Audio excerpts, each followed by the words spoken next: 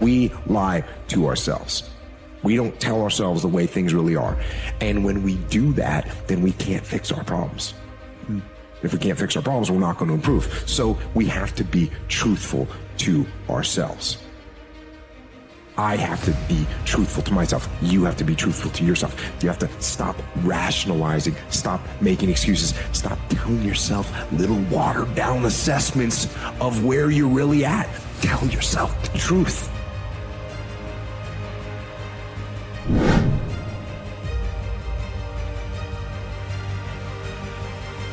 Of course, I get worn down. Of course, I get frustrated with stuff. Of course, things don't always go my way. But what do I do when those things happen? I keep going. Because worn down isn't beaten. And frustration is not gonna kill me.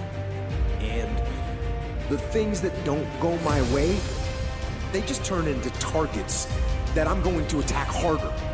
And when I do come up short, it's okay, because I just learned one more thing that's going to get me over the top.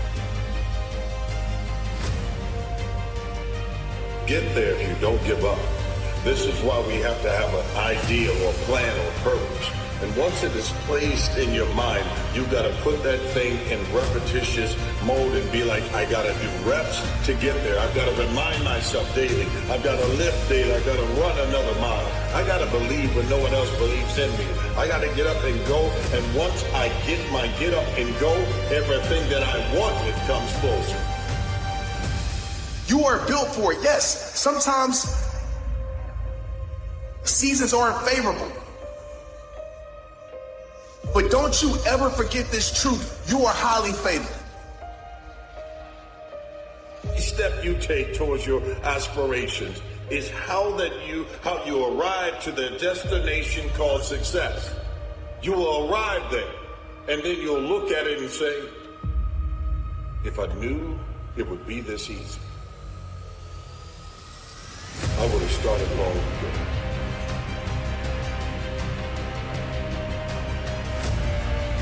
What would your life be like as you look toward the future if you decided, I'm not going to allow my fears to stop me?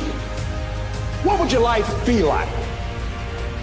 What would your future be like if you decided to want that which you desire so strongly that it prepares you past your fears?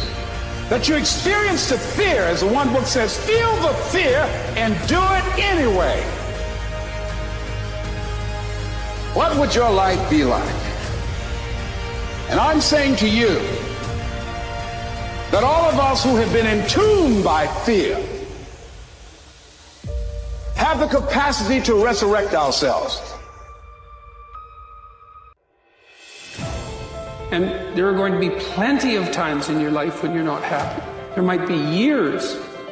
And so it's a shallow boat in a very rough ocean. And it's based upon a misconceptualization. Happiness is something that descends upon you. Everyone knows that. You know, it comes upon you suddenly.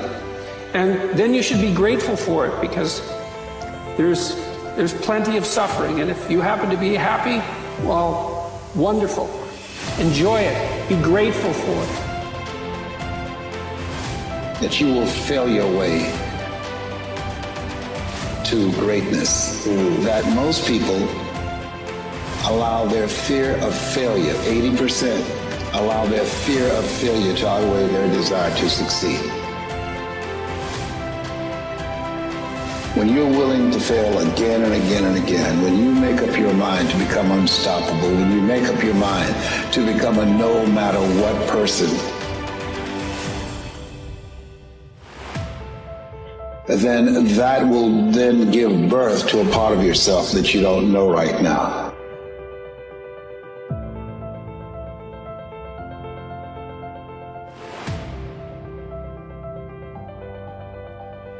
They're not afraid about tomorrow because of how they see themselves, because of what they feel that they deserve. because of what they feel that they can create for themselves. Because these people have decided, as they look at the future, as they look at themselves, there's a way. Where there's a will, there's a way for me to begin to create a way out of no way. And when you have that kind of consciousness, when you have that kind of spirit, nothing can stop you. There's those of you in this room, you're average, you have no business being average, but now you look, I'm not even upset that you're average, but now you justify it. Like you can come up with these great reasons of why you can't wake up at 3 o'clock in the morning. That you built for it. You still here. Despite everything that you went through, everything that you're going through, and everything you're gonna go through, you are still here. You are built for it. That struggle that's coming against you, you are built for it. Those people that turn their back on you, you are built for it. That person that walked out of your life, you are built for it.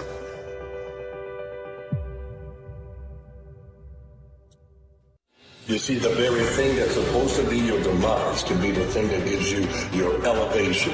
It's at that moment of elevation that you don't sit there and you celebrate, look, I made it. No, you realize that the reward was the journey. It's what it cost you to get here, because if someone had simply gave it to you, it wouldn't have any value. But because you know it costs a great deal for you to be here, that's why you can't allow people just to walk into your flame, into your life, and not understand the value and the reason why they must show that respect to you, because it costs you. Greatness is in you. There is no way that you can let life pass and end up wondering why you ran out of time. Make it a resolution of discipline to get better, smarter, faster, stronger, healthier, more productive, less agitated, to eat cleaner, live more, to go and do. Do all those things. But don't do them on New Year's Eve. Don't do them on New Year's Day. Do them now. That resolution of discipline to work and follow through and maintain your will, that'll result in the freedom that you're looking for. Yes, you heard it once again. Discipline equals freedom.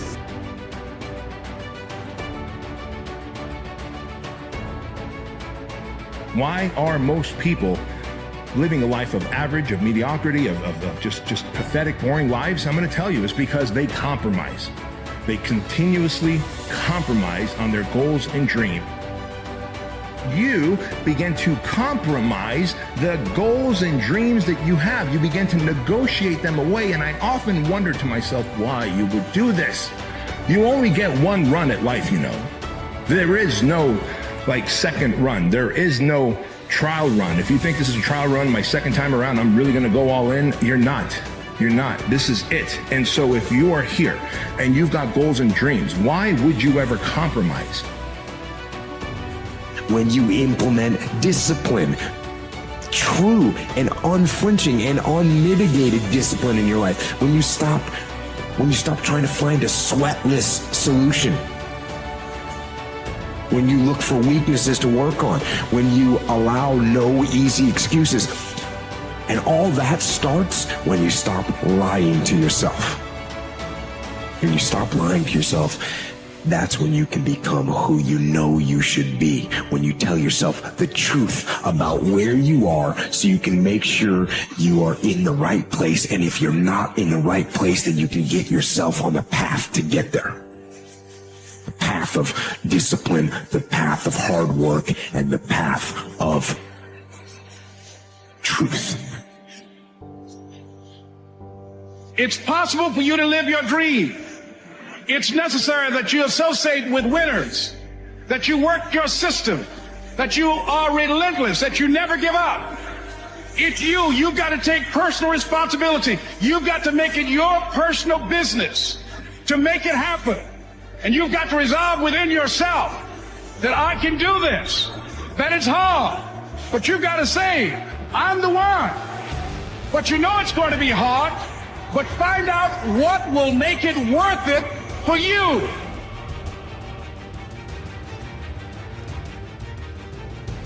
Most people in life quit before the candy comes out. They quit before the candy comes out of their business, their body, their relationships, not knowing they're much closer to the dream than they think they are, but the progress is invisible. You gotta keep hitting that piñata in your life. Keep taking swings, one more swing, one more swing, one more swing, knowing you're making invisible progress. Remember when I said you're neglecting your kids? When you're not chasing your dreams and your potential? You're actually neglecting you. You're neglecting your spirit. You're neglecting your soul. You're neglecting the very reason you were born. Nothing makes me more proud than to see someone chasing their potential, chasing that happiness, chasing that bliss. I don't care if the candies come out yet. I care that you swing. When things are going bad, don't get all bummed out, don't get startled, don't get frustrated. No. Just look at the issue and say, good. When you raise your hand and say, this is my income, this is my dream, this is my goal. When you raise your hand and say, this is it, don't you understand that you need to operate at least 110 to make that become a reality? You can't get to that dream on 70. You can't get to that dream on 60.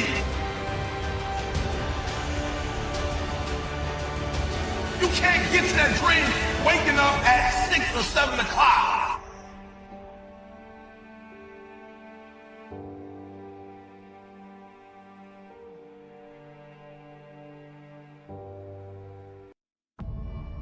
And that's a meditative question. You don't want to force an answer out of yourself. You want to ask yourself that like you would ask someone else. If I could have what I wanted, what would that look like? If I could have the relationship that I needed and wanted, if I could have the friendships, if I could have the job or career, if I could have the educational pathway, if I took care of myself properly, if I regulated my susceptibility to temptations, what would that look like if it was optimized?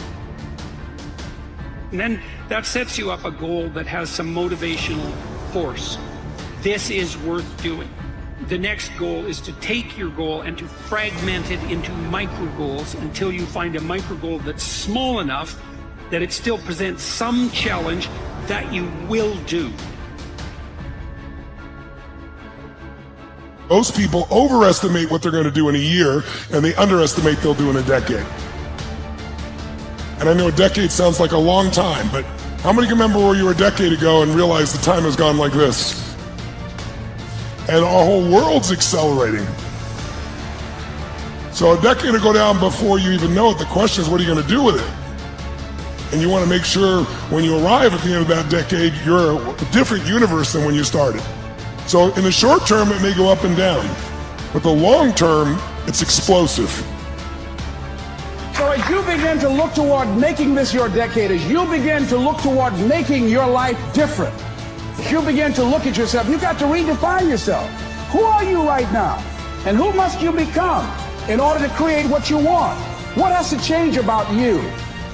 As you begin to look toward the future and take inventory of yourself, what is it about you right now that you've got to leave this behind because this no longer fits? Looking at where you want to go and the kind of person that you must become, the kind of standards that you have for you. What is it that you must do differently?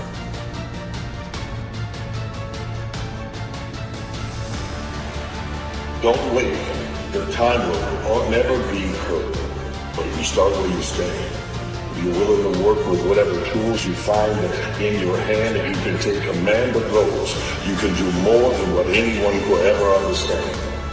This is about living your fucking purpose.